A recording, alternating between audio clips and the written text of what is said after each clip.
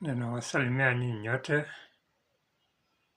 kwa siku hii ya leo ambao ni siku ya Sabato, na pia ninawakaribisha kwenye ujumbe wa siku hii ya leo. Yule nataka tuangalie mchungaji mwema, ambao wakati tunaosema habari ya mchungaji mwema, tuangalie Biblia na tuweze kusoma kwa undani kabisa, tuweze kujua wakati tunaosema mchungaji mwema ni nani na ni wakati gani huo mchungaji anakuwa ni mwema.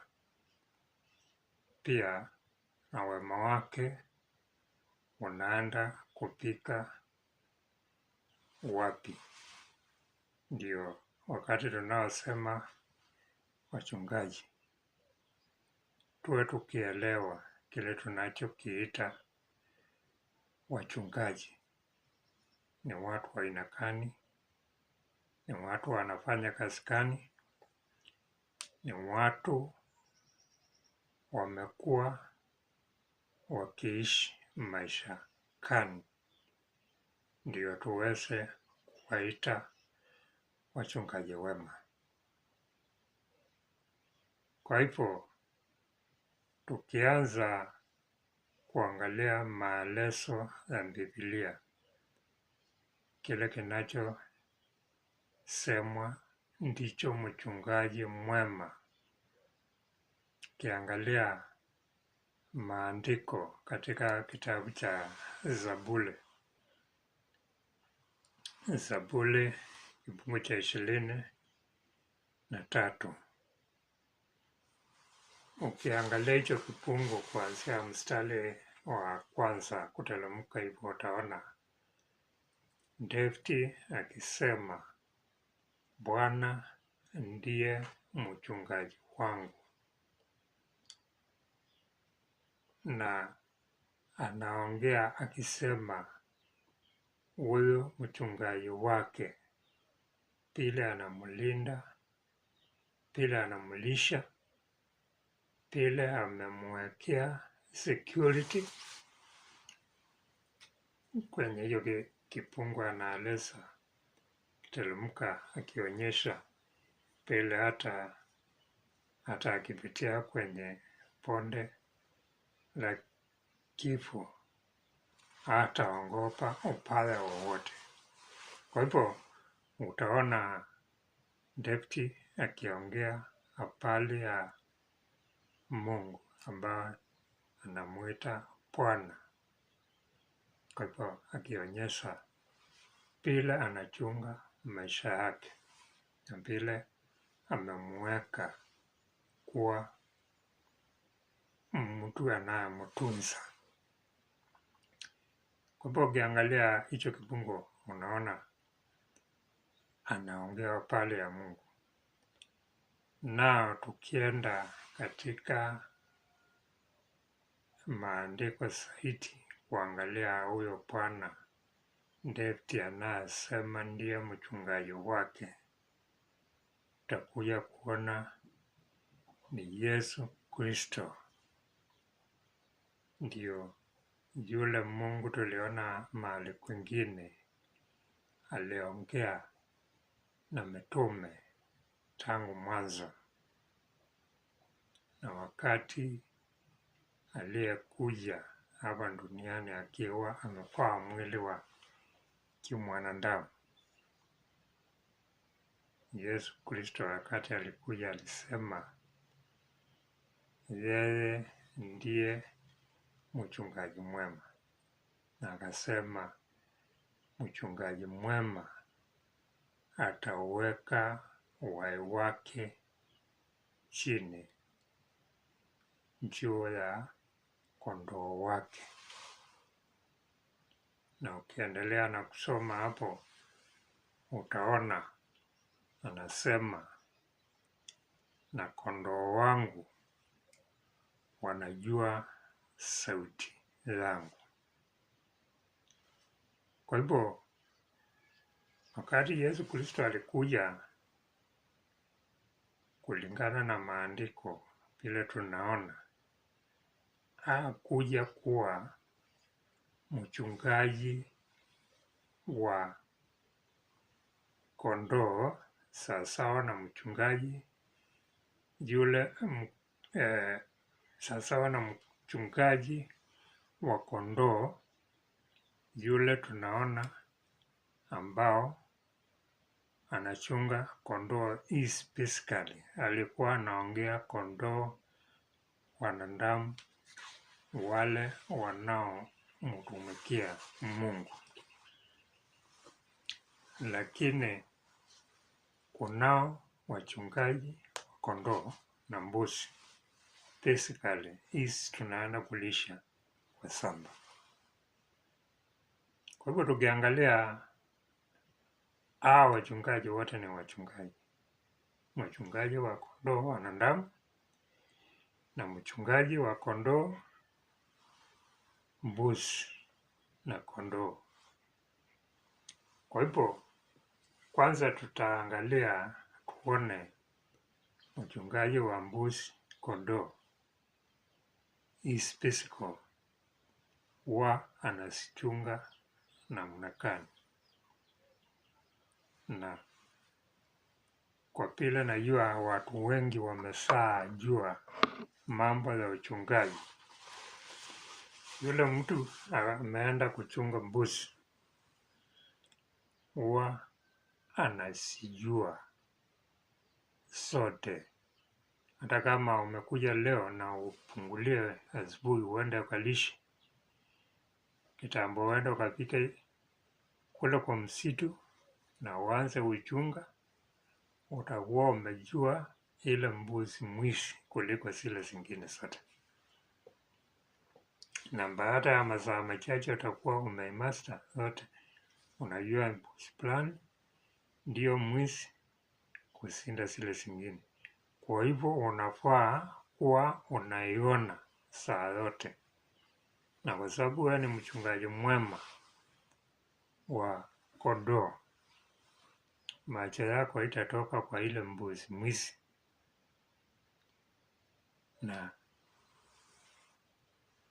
unajua ile mbuzi ile ndiyo namba 1 kwa wizi, namba 2, namba 3, kusoka na nyuma mpaka ile haina hiyo tabia ya wizi, ile inakaa nyuma ya sote. Kwa hivyo kwa sababu wewe ni mchungaji, utachunga mpaka ile haina akili ya kuenda kwenye shamba za watu, mpaka nao unaiangalia. Ukiangalia zile zinaendanga, unaangalia mpaka hiyo haiendi. Maana ijapokuwa hata kama haiendi kwenye shamba, inaweza kisiwa na pishi iliwe ikiwa huko nyuma. Kwa hivyo unapoangalia hizi zinakusumbua, hata hiyo naiangalia usalama yake, mpaka huo unaelewa usalama wake uko sawasawa, kwa sababu unachunga zisiende kwa mashamba watu, zisiende kwa mashamba ya bosi yako, isiliwe na pishi, isiibiwe na wezi. Kwa hivyo wao watakuwa wanachunga chochote kile kinaweza kuleta madhara kwa kondoo zako zote, zile waizi na zile sio waizi. Kwa hivyo Yesu Kristo aliposema yeye ndiyo mchungaji, alieleza uchungaji ule unaweza kueleweka na wanadamu wa kondoo. Na akasema kondoo zake zinajua sauti yake. Sasa na yule mtu analisha, akifika kwenye zizi la kondoo zake zile analisha, akiongea, zinaelewa na sauti yake. Kwa hivyo akapeana huyo mfano sasa mnaosikia ninaopeana kwa wale watu wanaojiita wachungaji. Kwa hivyo mchungaji huwa anafahamu mbuzi zake zote, anafahamu ule mwizi namba 1, namba 2, namba 3, kusonga hivyo mpaka wa mwisho. Kwa hivyo hicho kitu Yesu Kristo alikuwa anaeleza wanadamu kuhusiana na uchungaji, ndicho alitoka kule mbinguni akaja hapa duniani kuonyesha wanadamu. Maana sisi wale tulioitwa na Yesu Kristo tuliitwa ili tuwe wachungaji, tuweze kuja kufanana na yeye. Kwa hivyo huo uchungaji aliyotoka kule mbinguni akaja hapa duniani kutufundisha, ndio sasa ametuita. Wakati alikuja akaita mitume, akaanza kuwafunza mambo ya maisha ya Mungu, ndio alikuwa anafunza, na ndio unasikia anasema kondoo wake wanajua sauti yake. Alipokuwa akiongea neno la Mungu hapa duniani, mitume wale Mungu alikuwa amewaita walielewa na hiyo sauti yake na wakamfuata, na akaanza kuwafunza juu ya mchungaji mwema. Alipoanza kuwafundisha juu ya mchungaji mwema, tukiangalia Biblia, yale mambo yaliongelelewa hapa kwenye hii Biblia ni maneno ya Mungu, na ni maneno yanayoeleza wema wa maisha ya Mungu.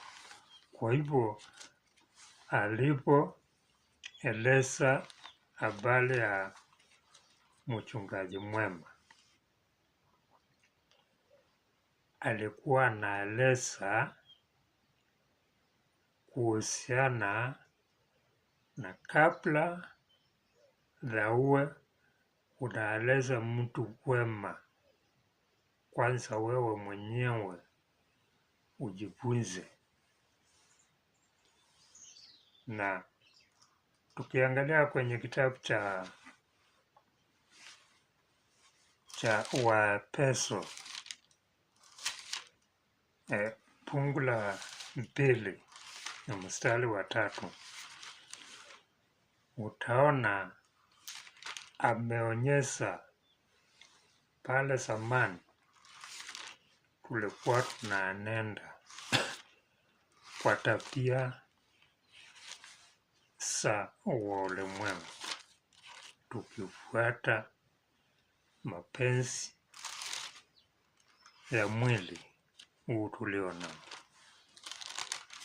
Kwa hivyo ingawa wakati huo tulikuwa tunafuata mapenzi ya mwili, tunaambiwa sasa wakati tumeitwa tutoke kwenye hiyo tabia ya kufuata mambo ya kimwili.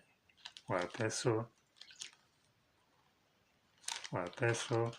2 na mstari wa 3 wanasema hivi: ambao zamani sisi sote nasi tulienda kati yao katika tamaa za miili yetu tulipo yatimiza mapenzi ya mwili, nazo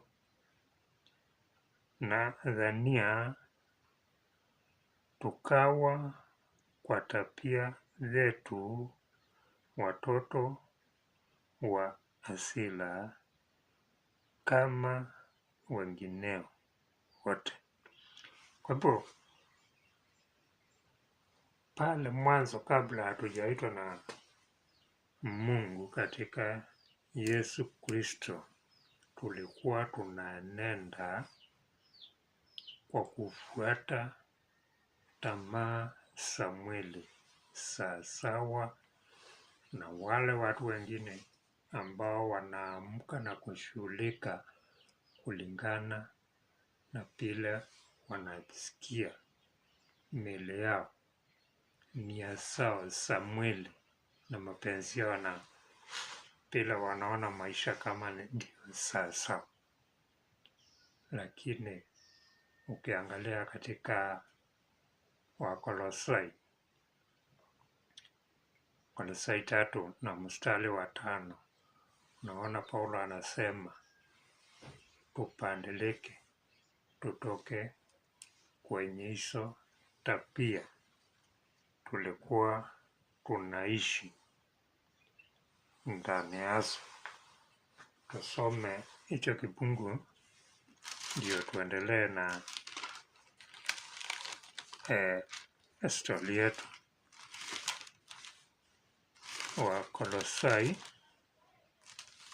3 na mstari wa 5. Basi vivisheni viungo vyenu vilivyo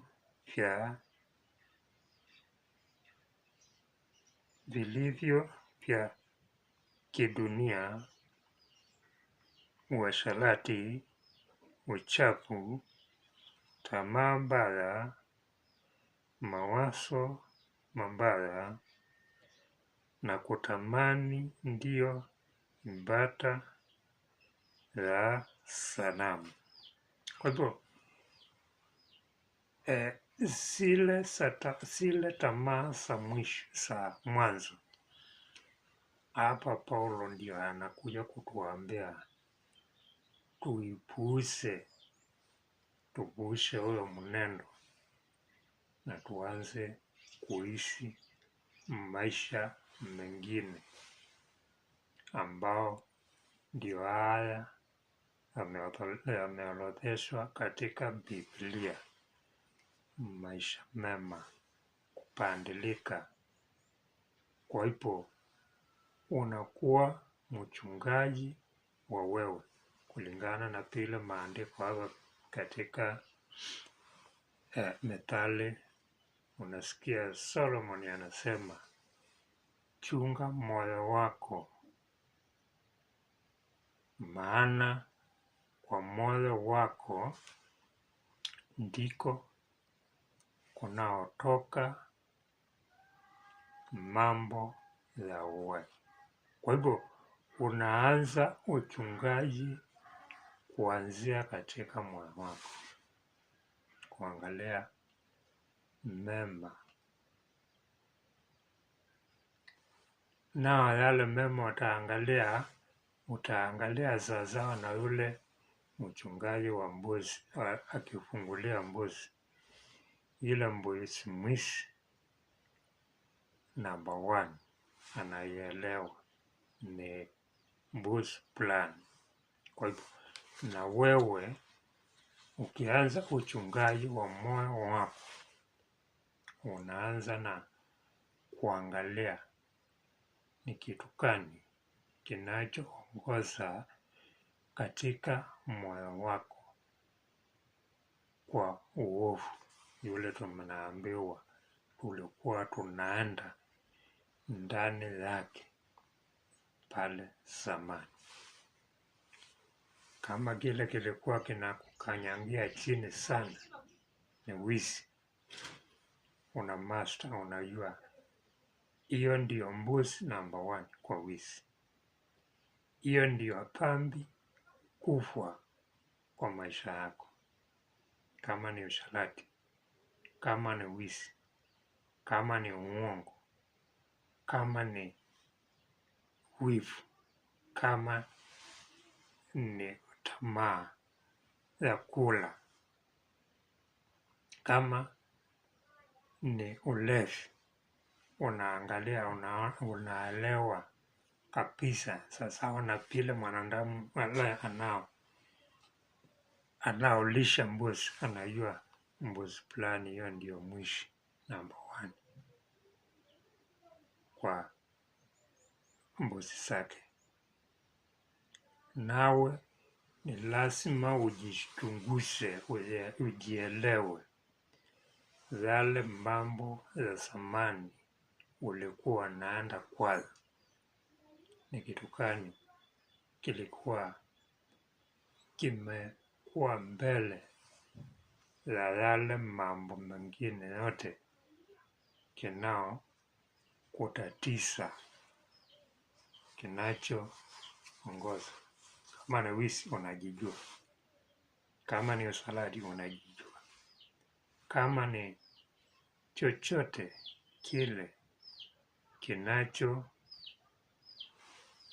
kuwa katika maisha yako kinachukua mstari wa kwanza, unakielewa.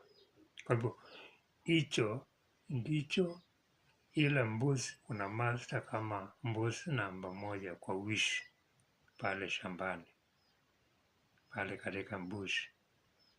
Kwa hivyo ukiwa unaenda kulisha au kai chini kama uoni hiyo mbuzi.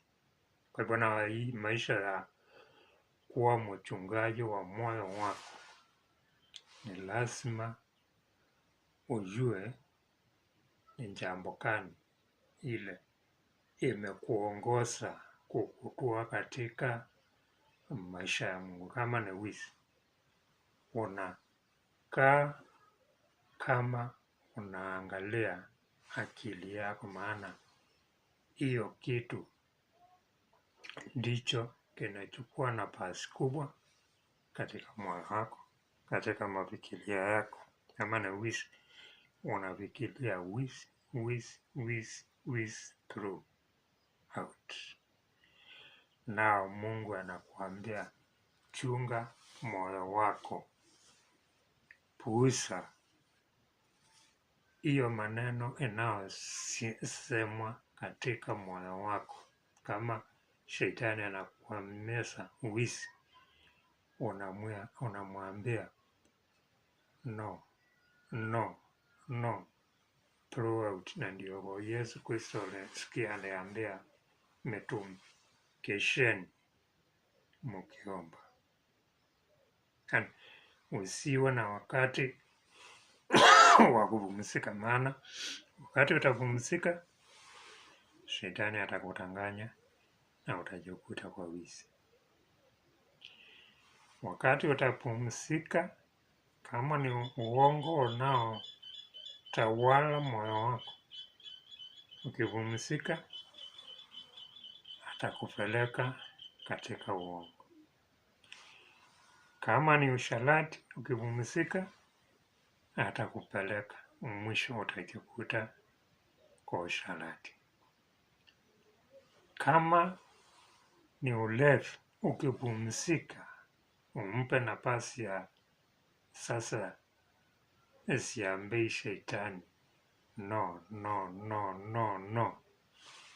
atakutanganya, mwisho utajikuta kwa ulevi. Sawasawa na vile ukipumzika ule mbuzi wako mwizi utamkuta kwa shamba. Na ndio naona Yesu Kristo anakuambia mtu wa kulipwa hauwezi kuwa mchungaji mwema kama mwenyewe, maana mwenyewe anajua akipoteza mbuzi kwake ni hasara.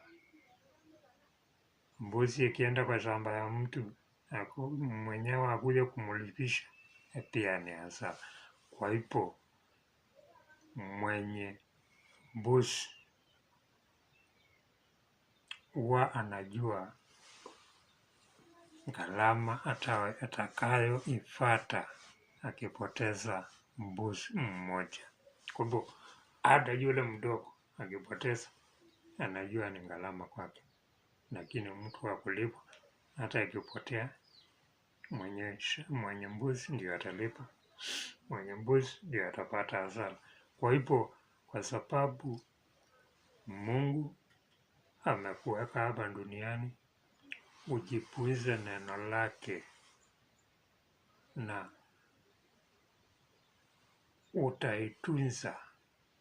utautunza hayo mambo yanayokujia unayoletewa na mwovu Shetani, uyakata.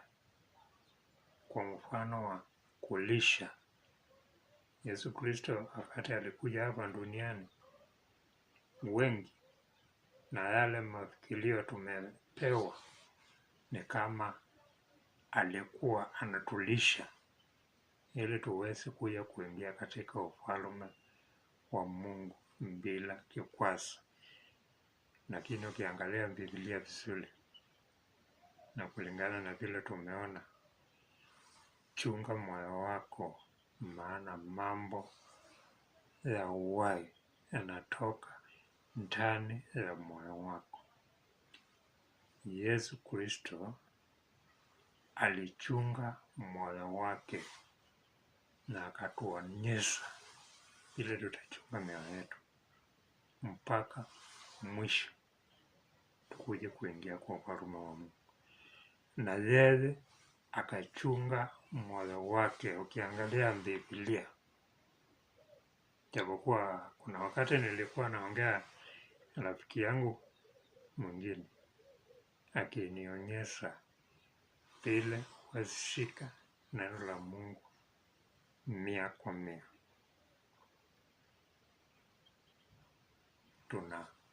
Tunaokolewa kwa imani. Ni kweli tunaokolewa kwa imani, lakini tunaokolewa kwa imani kama tutakubali neno la Mungu. Na hiyo Yesu Kristo ndio alikuja akatuonyesha kwa imani yake. Yeye hakufanya kosa lolote,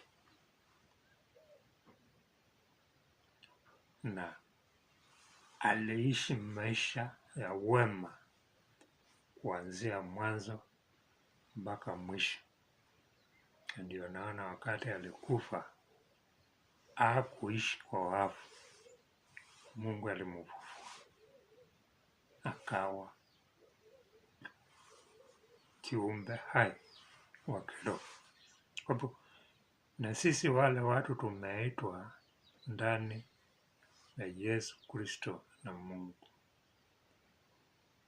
tutaishi hayo maisha ya kuangalia wema all through.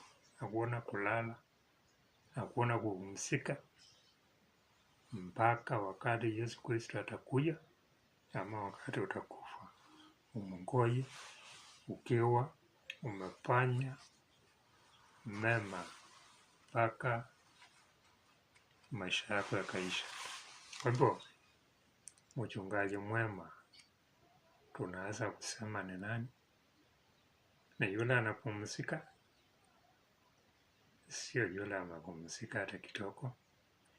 Mchungaji mwema ni yule anaojitolea kulingana na vile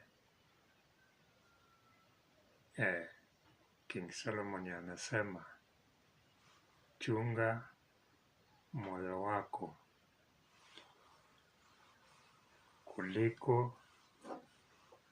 chunga moyo wako na nguvu zako zote. Na hapa Paulo naye ametuambia tuache mambo ya zamani. Kwa Injili tusome Wakolosai 3 kuendelea kuanzia hapo mstari wa 6. Anasema, kwa ajili ya mambo hayo huja ghadhabu ya Mungu. Katika hayo nanyi mlitembea zamani mlipoishi katika hayo, lakini sasa yawekeni mbali nanyi haya yote: hasira na ghadhabu na uovu na mashuto na matusi vinywani mwenu. Msiambiane uongo, kwa kuwa mmevua kabisa utu wa kale pamoja na matendo yake. Kwa hivyo tunaambiwa tutoe maisha ya mwili wa zamani pamoja na tabia zake. Kwa hivyo ile kitu tunafaa kuwa tunaelewa vizuri ni kutoa mambo maovu katika mioyo yetu. Natoa tamaa za wizi, tamaa za udanganyifu, tamaa za usaliti, tamaa za ulevi, tamaa za chuki, tamaa za uovu wote uliowekwa kuhifadhiwa na mwovu Shetani katika mioyo yetu. Maana tumeona zamani tulikuwa tunaenda kwa hizo tabia za zamani, za uongo, za wivu, za masengenyo, za ibada za sanamu. Lakini wakati Yesu Kristo ametuita akatuonyesha wema ule Yesu Kristo na Mungu wanaoishi wa upendo, kupenda wengine vile wanajipenda, kutotamani mke wa mwenzako, kutokuwa na hasira, kutokuwa na chuki na mtu yoyote, maisha mema. Na hayo maisha tunafaa kuwa ndio yametawala moyo wetu. Maana ukiangalia ile mtu analisha mbuzi zake, hawezi lala mbuzi yake iende, maana mbuzi yake ikienda yeye anapotesha. Na sisi tunafaa kuwa tunaangalia uovu wote ukija katika mioyo yetu tunaukataa, kwa sababu ukikubaliana nao utapotesha uhai wa milele. Maana ile kitu Mungu ametuitia katika Yesu Kristo ni kuja kutupatia uhai wa milele. Na ili tuweze kuja kuingia katika uhai wa milele, ni lazima tufuate nyayo za Yesu Kristo. Maana ametuambia, nimeishi na nyinyi na nimeachia nyinyi kielelezo. Ukitaka kujua vile Yesu Kristo aliishi, utaangalia Biblia vile alikaa na mitume mpaka mwisho. Utaona yeye hakudanganya, hakuwa na wivu, hakuwa na masengenyo, hakuwa na ubaya wowote. Lakini mwisho wa yote, wakati alikuwa anaenda kusulubiwa, aliambia mitume, nimewekea nyinyi mfano katika kitabu cha Yohana 13 na mstari wa 15, anasema kwa kuwa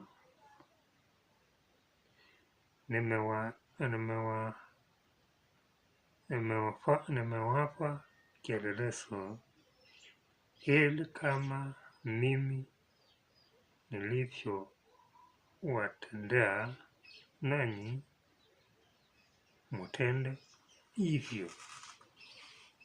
Ameweka kielelezo vile yeye aliyofanya, ile aliyetenda, nanyi nasi tutende hivyo.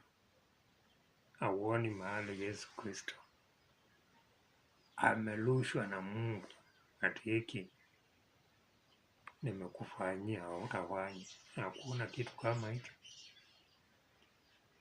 Maana mchungaji mwema ni yule anaenda kulisha mbuzi za mwenyewe na analeta. Mwezi ukiisha, mbuzi za mwenyewe siku zote mshahara wake atapewa.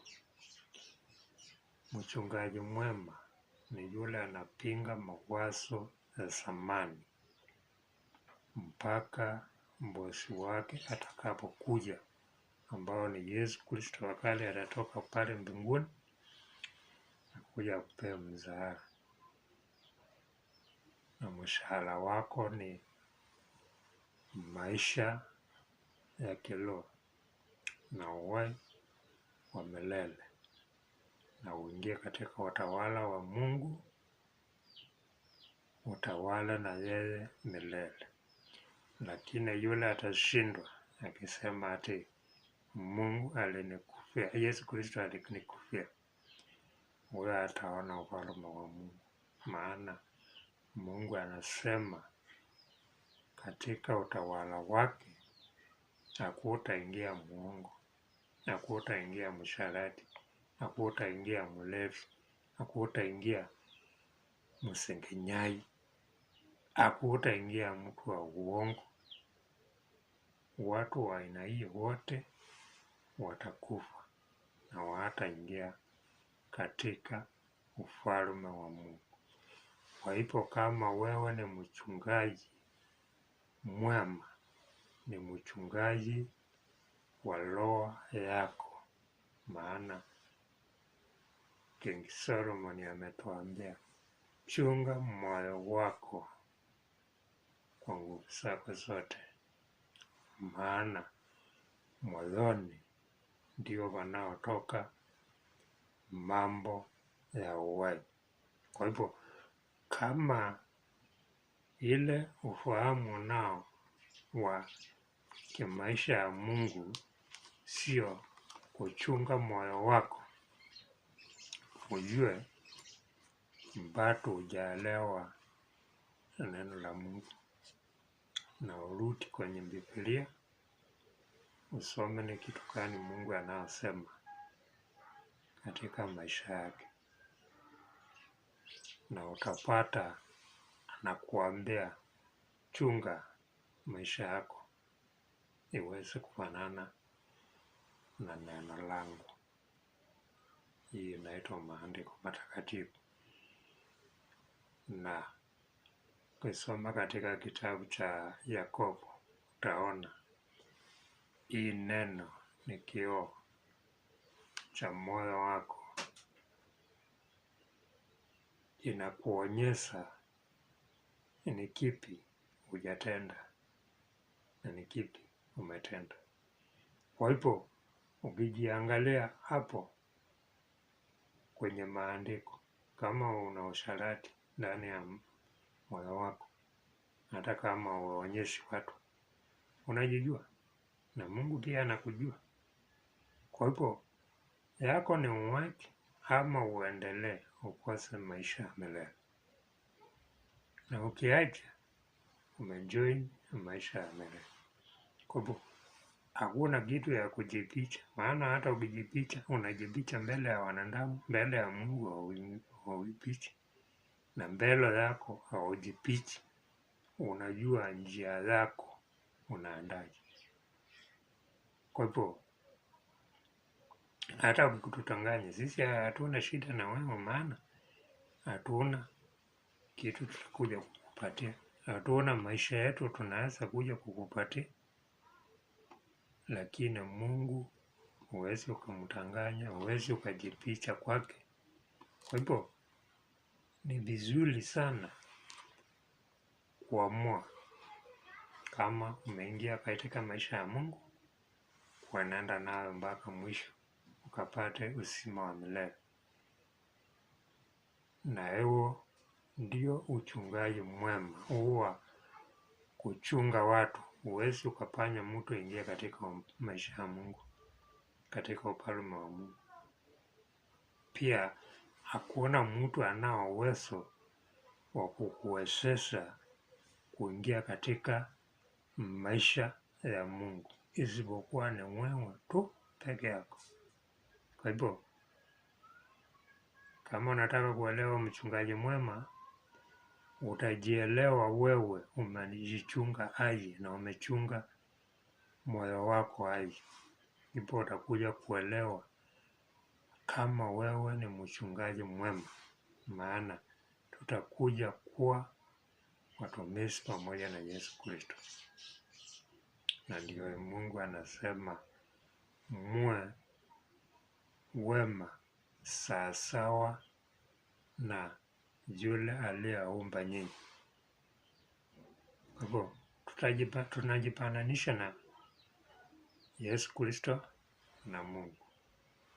Na ndio anasikia hata Paulo anasema jipananishe na mimi kwa ile kiwango na mimi ninajipananisha na Yesu Kristo, maana yeye hana kitu yake na kujikamba na anajikamba na kuwa anaenenda sawasawa na Yesu Kristo. Kwa hivyo na wewe ujikambe na kuwa unaenenda sawasawa na Yesu Kristo. Yesu Kristo maisha yake ameorodhisha hapa kwa Biblia, na Biblia uko na. Kwa hivyo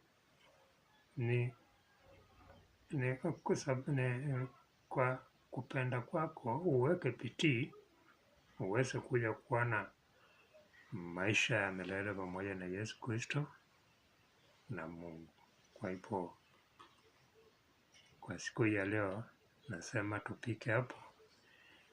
Asante, na tutaendelea kujifunza zaidi. Asante.